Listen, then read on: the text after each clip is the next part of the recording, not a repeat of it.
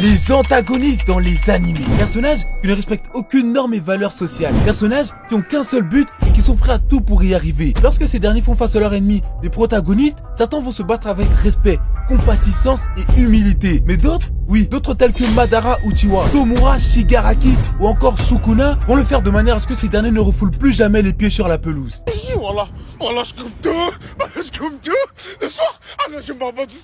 Humiliation, humiliation et humiliation. Voici les seuls mots que ces personnages ont dans leur tête lorsqu'ils se battent. Comme vous l'avez compris les gars, aujourd'hui, on va parler des antagonistes qui ont humilié sans pitié leur adversaire.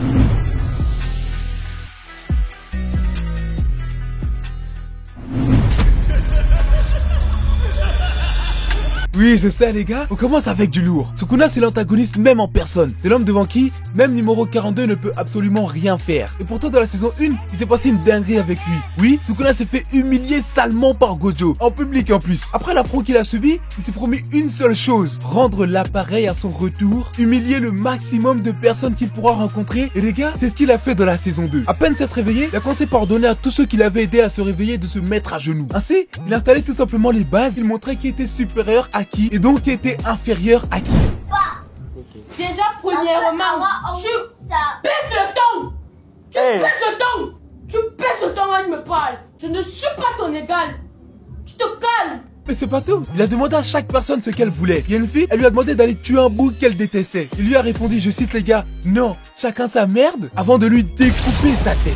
Ah, Sukuna, un peu de reconnaissance quand même. Non, Sukuna ne sait pas c'est quoi la reconnaissance. Première humiliation. Ensuite, sa pote à côté, elle a tenté de la venger. Oh, deuxième humiliation. Ensuite, il a demandé au bouc qui était à côté, qu'est-ce que tu veux? Et le bouc lui a répondu, je veux rien. Alors, il a proposé de faire un 1v1 avec lui. Sukuna savait déjà ce qui allait se passer. Le bouc qui s'appelle Jogo, il a accepté. Et c'était tout simplement l'erreur à ne pas faire. Oh, c'est foutu.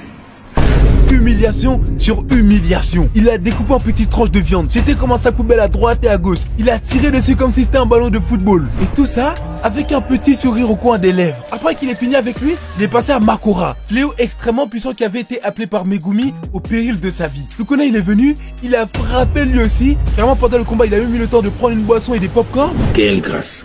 Non, c'est bon. Je veux goûter c'est la fraise. Moi, je suis un peu gourmand. Hein. Et enfin, après avoir par-dessus tout détruit toute une ville, il a laissé le contrôle à Itadori qui est tombé immédiatement en dépression après avoir vu tout ça. Cet homme est mauvais, cet homme est l'humiliation en personne, cet homme ne respecte personne, cet homme est Sukuna. D'ailleurs les gars, j'ai déjà fait une vidéo sur cette humiliation. Si ça vous intéresse, n'hésitez pas à aller la voir, je vous la mets juste ici là. Ici, un endroit... Contrairement à Sukuna, Shigaraki n'est pas né mauvais, il est devenu mauvais de lui-même. Oui mesdames et messieurs, vous avez bien compris, Shigaraki n'était pas destiné à frapper les anciens et à les humilier sans compatissance ni respect, mais après l'éveil de son altère, et après qu'il ait tué toute sa famille sans faire exprès, après qu'All for One s'est rapproché de lui, le petit Shigaraki Tomura s'est engagé dans la voie de la Hagra. Hagla.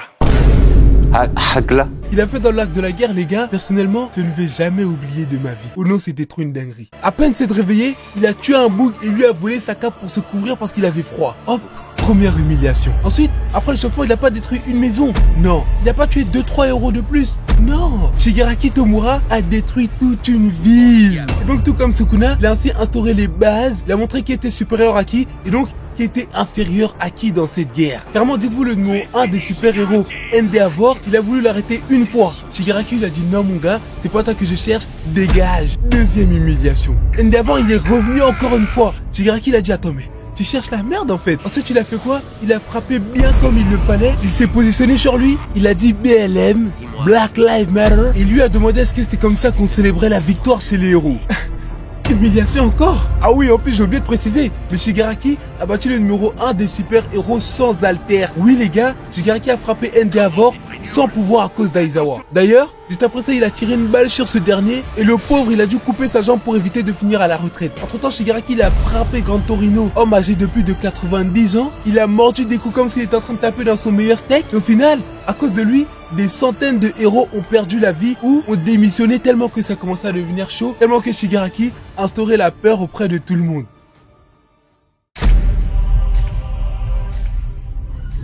Madara Uchiwa. Dès le plus jeune âge, ce dernier a connu la guerre. Il a été obligé de tuer, de trahir et de voler pour s'en sortir. De base, il était destiné à une vie tragique. Et faisant partie du clan Uchiwa, cela n'a fait qu'empirer les choses. Comment vous voulez qu'un enfant comme ça ne se transforme pas en démon, en monstre? C'était inévitable.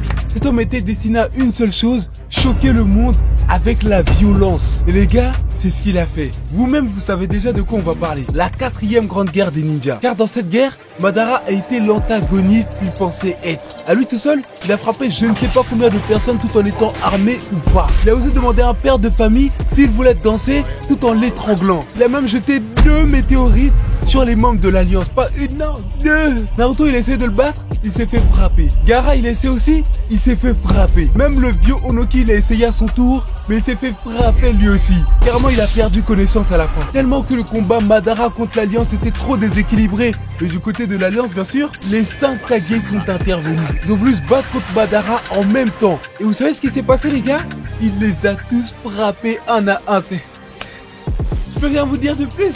De base, je voulais même pas le mettre dans cette vidéo. Tout le monde sait ce qu'il a fait pendant la grande guerre des ninjas. Tout le monde sait qu'il a frappé tout le monde, il a humilié tout le monde. Mais vu que c'est la première partie, j'étais obligé de le mettre. D'ailleurs, les gars, n'hésitez pas à liker aux 150 likes. Je vous poste la partie 2 avec sûrement Aizen, Grimmjow et tout dedans. Voilà, c'est pas sûr, mais sûrement. Bref, les gars, c'est la fin de cette vidéo. J'espère que vous avez apprécié. N'hésitez pas à liker, à commenter, à partager, à vous abonner. N'oubliez pas, je crois que je viens de le dire, mais je sais pas. 150 likes, je vous poste la partie 2 où il y aura sûrement Aizen, Grimmjow et tout. N'hésitez pas aussi à me dire qu'est-ce que vous en pensez de cette vidéo personnellement. Je trouve qu'elle est bien, mais je sais pas, je préfère faire des vidéos plus travaillées et tout. Bref, n'hésitez pas à me dire ce que vous en pensez en commentaire. Et sur ce, on se retrouve pour une prochaine vidéo une prochaine fois. À plus.